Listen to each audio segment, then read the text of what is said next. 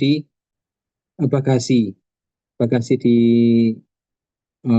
pesawatnya ya. Setelah masuk Indonesia baru dirangkai di Indonesia. Dan kebetulan akhirnya tercium oleh teman-teman dari Bea Cukai dan kepolisian. Nah, akhirnya dia dijebloskan ke penjara ya karena memang sudah ilegal. Tapi kasusnya udah lama banget sih, tahun 2022 atau berapa ya. Kemudian untuk non kendaraan bermotor itu tarifnya 20% untuk rumah dan townhouse dari jenis non strata title dengan harga jual 20 miliar atau lebih. Kemudian apartemen atau kondominium townhouse dari jenis strata title atau sejenisnya dengan harga jual 10 miliar atau lebih. Ini juga di PPh pasal 22 dikenakan juga ya 5%, 2% ya kalau nggak salah ya. Nah, di PPNBM juga kena 20%. Jadi pernah ada yang cerita, wah apa namanya pajak itu beraninya sama rakyat kecil, dikenakan pajak yang gede. Enggak. Ini salah satu contohnya adalah PPNBM. Semakin kaya Anda, semakin Anda menunjukkan kekayaannya dengan beli barang mewah, maka tarif pajaknya semakin tinggi. Begitu juga tarif pajak penghasilan. Semakin besar penghasilannya, tarif progresifnya juga semakin tinggi.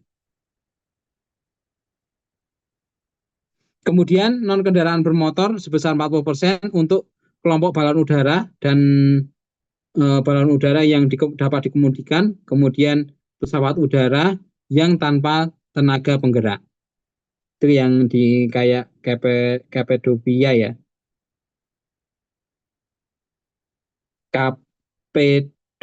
Itulah. Kemudian kelompok peluru senjata api dan senjata api lainnya kecuali untuk keperluan negara yang terdiri dari peluru dan bagiannya tidak termasuk peluru senapan angin. Itu juga dikenakan PPN sebesar 40%. Kemudian 50% untuk pesawat udara kecuali untuk keperluan negara ya. Terdiri dari helikopter, pesawat udara dan kendaraan lainnya selain helikopter. Nah, untuk keperluan negara tadi saya yang punya teman di KPP yang menangani pengadaannya Polri sering banget dia dapat ini permintaan SKB untuk alat-alat seperti ini, entah senjata atau helikopter dan lain sebagainya. Dia sering banget. Kemudian kelompok senjata api dan senjata api lainnya kecuali untuk keperluan negara yang terdiri dari artileri, revolver, pistol, senjata api dan peralatan semacam itu yang dioperasikan dengan penembakan bahan peledak. Itu tarif PPNBM-nya 50%. Kemudian 75% untuk kapal pesiar, kapal ekskursi, kendaraan air semacam itu yang dirancang untuk pengangkutan orang, kapal feri dari semua jenis, dan untuk kepentingan negara atau angkutan umum. Kemudian yacht kecuali untuk kepentingan negara atau angkutan umum. Nah, berarti ini yang dimaksud adalah untuk kapal pribadi ya, termasuk nanti ada jet pribadi juga.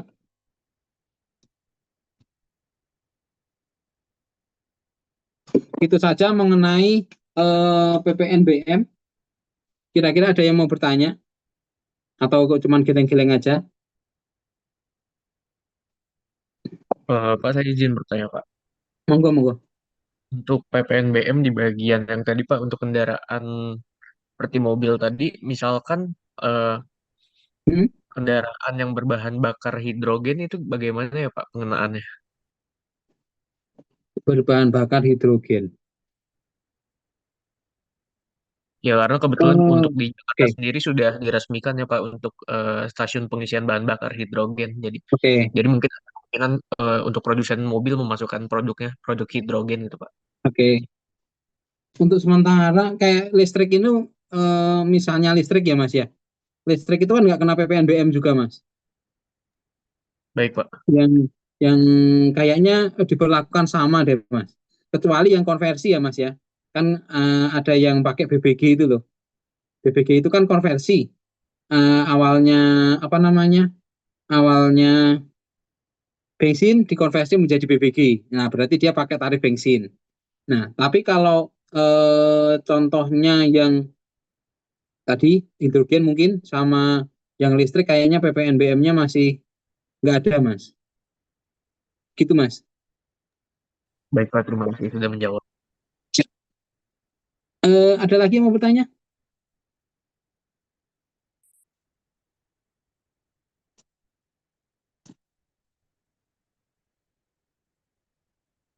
Kalau tidak ada, kita lanjut kemana ya? Masih ada waktu sedikit lagi.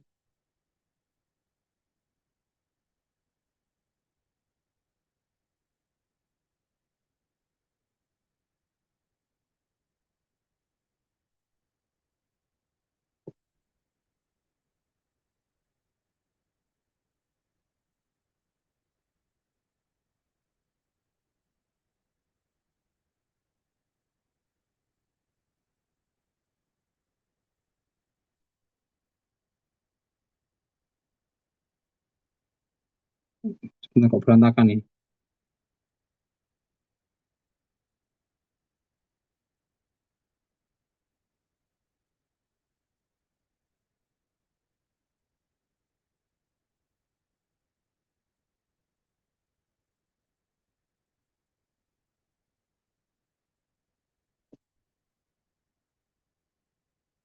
Nah,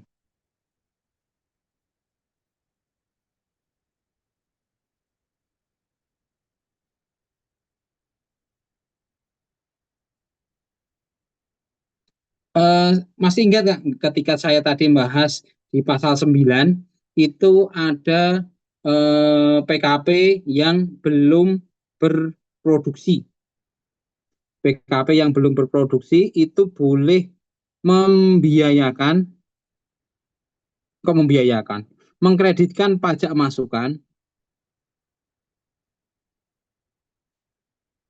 boleh mengkreditkan pajak masukan padahal dia belum ada PK-nya. Padahal di pasal sebelumnya disebutkan PM dikreditkan atas PK di bulan yang bersangkutan.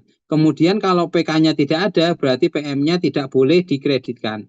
Namun khusus untuk wajib pajak yang belum melakukan penyerahan, karena kondisi dia baru mulai berusaha, maka boleh apa namanya pajak masukannya boleh dikreditkan meskipun PK-nya 0, PM-nya boleh. Padahal di aturan sebelumnya dibilangnya kalau PK-nya 0, PM-nya tidak boleh. Nah, atas apa saja yang boleh dikreditkan, yaitu perolehan barang kena pajak, jasa kena pajak, impor, pemanfaatan tidak berwujud, kemudian pemanfaatan jasa dari luar pabean. Itu semuanya boleh dikreditkan. Nah, ini dikreditkan sesuai dengan ketentuan pengkreditan PM ya, tidak ada masalah. Kemudian kalau ada kelebihan boleh direstitusikan di akhir tahun buku. Pajak masukan ini bisa berubah menjadi tidak dapat dikreditkan apabila wajib pajak belum melakukan penyerahan dalam jangka waktu tertentu. Jadi udah ditunggu sekian tahun, kok masih nggak jualan juga. PK-nya kok masih 0 juga. Atau PKP belum melakukan penyerahan, terus tiba-tiba usahanya dibubarkan. Atau melakukan pencabutan PKP. Atau dilakukan PKP secara jabatan. Kalau WP itu yang ini mengajukan, PKP-nya mengajukan sendiri. Kalau yang di bawah ini dilakukan kantor pajak yang mencabut PKP-nya. Alasannya biasanya karena sudah tidak lapor SPT PPN dalam jangka waktu tertentu. Nah, kriteria yang dianggap belum melakukan penyerahan tadi apa? PK tadi dianggap boleh 0, itu apa saja? Yaitu PKP yang melakukan kegiatan usaha yang utamanya itu perdagangan, tetapi dalam jangka waktu tertentu tidak melakukan kegiatan penyerahan BKP atau ekspor BKP. Kemudian PKP yang usahanya jasa apabila dalam jangka waktu tertentu tidak melakukan penyerahan JKP atau ekspor JKP. PKP yang kegiatan usahanya menghasilkan BKP atau pabrikasi apabila dalam jangka waktu tertentu tidak melakukan kegiatan penyerahan BKP dan ekspor BKP yang dihasilkan sendiri. Jadi selama jangka waktu tertentu tadi ini boleh tidak ada penyerahan. Pak, tapi ini ada penyerahannya loh. Tapi penyerahannya ada di sebelah sini. Kalau penyerahannya ada di sebelah kanan ini tetap dianggap belum melakukan penyerahan. Contohnya yang pertama, PKP melakukan pemakaian sendiri atau pemberian cuma-cuma BKP atau JKP. Ini kan bikin faktur pajak ya. Tetapi ini dianggap belum melakukan penyerahan. PKP melakukan kegiatan penyerahan dari pusat ke cabang. Dari pusat ke cabang. Itu juga dianggap bukan atau belum melakukan penyerahan. Atau PKP yang melakukan kegiatan penyerahan BKP berupa aktiva yang menurut tujuan semula tidak diperjualbelikan. Ini yang 16D tadi.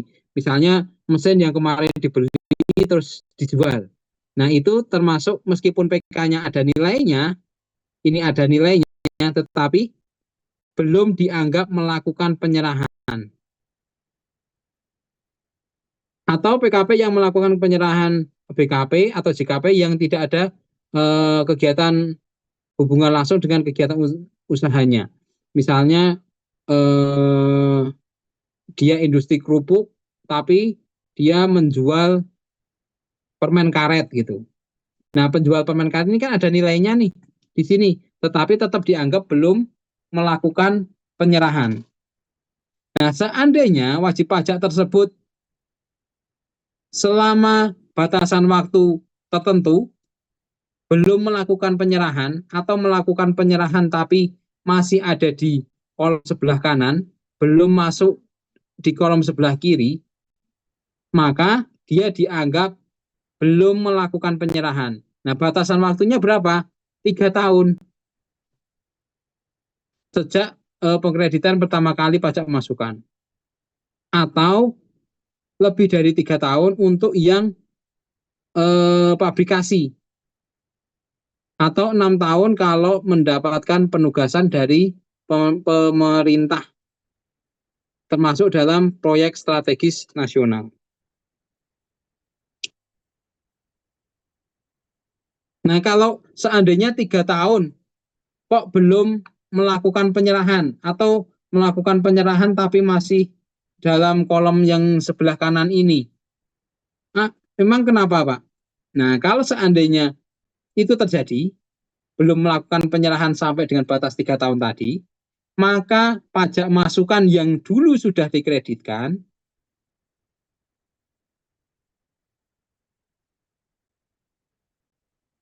itu harus dikembalikan.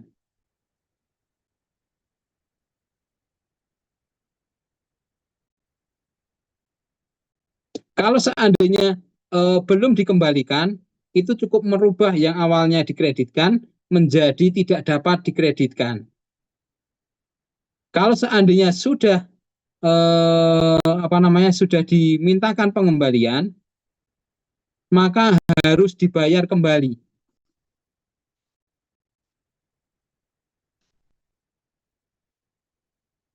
Termasuk juga apabila sebelum jangka waktu tersebut wajib pajak itu ganti kegiatan usaha yang awalnya pabrik kerupuk tadi menjadi pabrik gorengan. Maka kalau seandainya PM-nya tadi bisa digunakan di kegiatan usaha yang baru, maka boleh. Tetapi ketika berbeda usahanya, misalnya pajak masukan atas pembelian kerupuk gitu, kan kita mau jual gorengan bukan kerupuk, maka pajak masukan pembelian kerupuk tadi menjadi tidak dapat dikreditkan. Kalau tidak dapat dikreditkannya itu, kalau sebelumnya sudah dikreditkan dan sudah diambil uangnya, maka harus dikembalikan ke kas negara. Tetapi kalau belum diambil, cukup mengganti awalnya lebih bayar, tapi bukan karena belum diminta ya, lebih bayar 100 juta misalnya, karena apa namanya menjadi tidak dapat dikreditkan, turun, akhirnya menjadi cuma 10 juta. Semacam itu.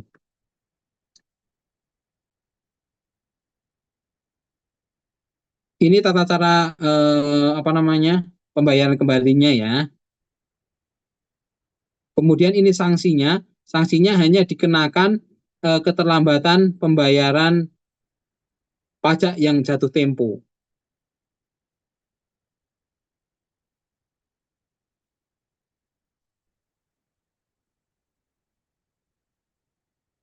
Ini sudah saya jelaskan tadi mengenai faktor pajak yang bisa dikreditkan 3 bulan berikutnya ya.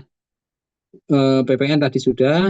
Nah, ini yang terakhir, apabila nih saya case di awal tahun ini juga menangani ini, wajib pajak itu ketika ditanyain waktu kita visit dia cerita ya nih, industri waktu kita datangin itu kok ceritanya panjang lebar dan dia mendominasi dan lain sebagainya, ada feeling saya yang kurang, kok wajib pajaknya kok kayak menghindar gitu loh, kayak ada yang dia sembunyikan gitu.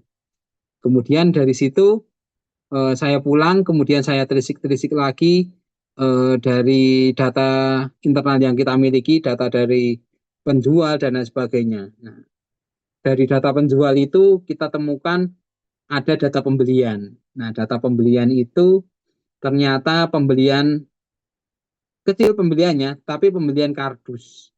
Nah, dari situ kita diketahui bahwa sekian ribu kardus yang dia beli gitu loh. Terus dari pasar kita dapat harga, ternyata satu kardus itu dijual sekian puluh ribu. Kita kan tinggal ngani ini, kardus dia beli itu sekian puluh ribu, harga produknya dia per kardus adalah misalnya 100 ribu. Kita tinggal kalikan. Ketemulah angka di atas 4,8 miliar. Artinya apa? Wajib pajak tadi sudah di atas 4,8 tapi nggak ngaku. Waktu pelaporan ke SPT juga di bawah 4,8. Tapi dia belum dikukuhkan menjadi PKP, wong dia sembunyi. Nah, karena kita temukannya di tahun 2020, maka antara dia wajib menjadi PKP sampai dengan dia benar-benar menjadi PKP, maka dia wajib mungut PPN.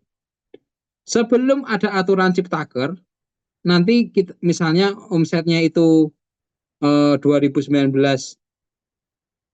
sudah di atas 4,8, maka 2020 itu atas penyerahannya dia itu kita kenakan 10%. Ini enak, ini cuman sebulan. Di kasus saya itu bertahun-tahun. Jadi misalnya 2019 sudah PKP, saya mengetahuinya tadi sudah 2023. Berarti tahun 2022 omsetnya itu ada sekitar 7M. Berarti dia harus membayar pajak 7M kali 11%. Berapa? 700 juta. Ini aturan lama. Dia harus membayar 700 juta. Sejak dia seharusnya menjadi PKP sampai dia benar-benar daftar.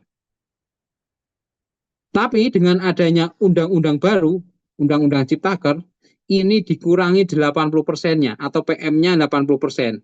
Berarti dikurangi 80%-nya. Yaitu 630 juta. Sorry. Kok 8 kali 7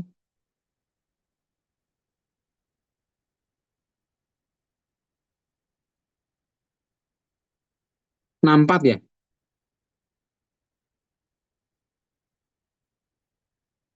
Hitungan saya kok tiba-tiba jelek ya. 7 kali 8 berapa ya?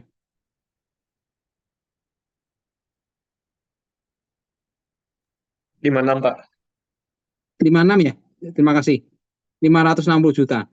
Nah, wajib pajak ini tidak perlu bayar 700 lagi, tapi cukup bayar 140 juta saja. Dari 700 kurangi 560 atau 80%-nya, 80% dari 700 ya, yaitu 560 juta. Berarti tinggal bayar 140 juta saja. Ini dengan aturan yang baru. Pak, kok jahat banget Pak, harus bayar sebanyak itu. Lah, wajib pajak ini sebagai penalti karena dia tidak menyampaikan omset sebagaimana mestinya. Atau ketika dia omsetnya sudah di atas 4,8, maka seharusnya dia sudah harus menjadi PKP. Malah sengaja disembunyikan biar dia tidak menjadi PKP. Dan akhirnya ditemukan oleh Fiskus. Maka atas kesengajaan tersebut, wajib pajak dikenakan PPN sebanyak, ya sebesar tarif PPN di undang-undang lama, di undang-undang baru dikurangi 80%-nya. Atau pajak masukannya sebesar 80%. Tapi ini hanya berlaku ketika dia belum menjadi PKP. Ketika sudah menjadi PKP, maka berlaku ketentuan PK dikurangi PM. Ketika dia sudah menjadi PKP. Sebelum menjadi PKP boleh 80%.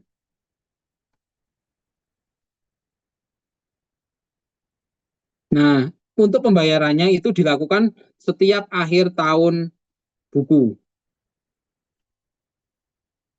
Ini petunjuk pengisiannya.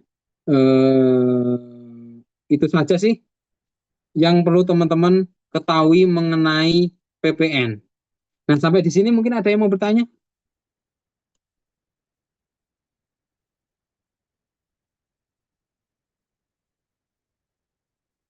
Kalau tidak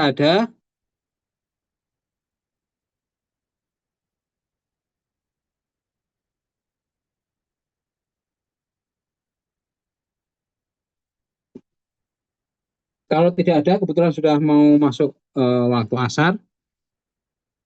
Terima kasih atas apa namanya perhatian teman-teman. Nanti kita lanjutkan di pertemuan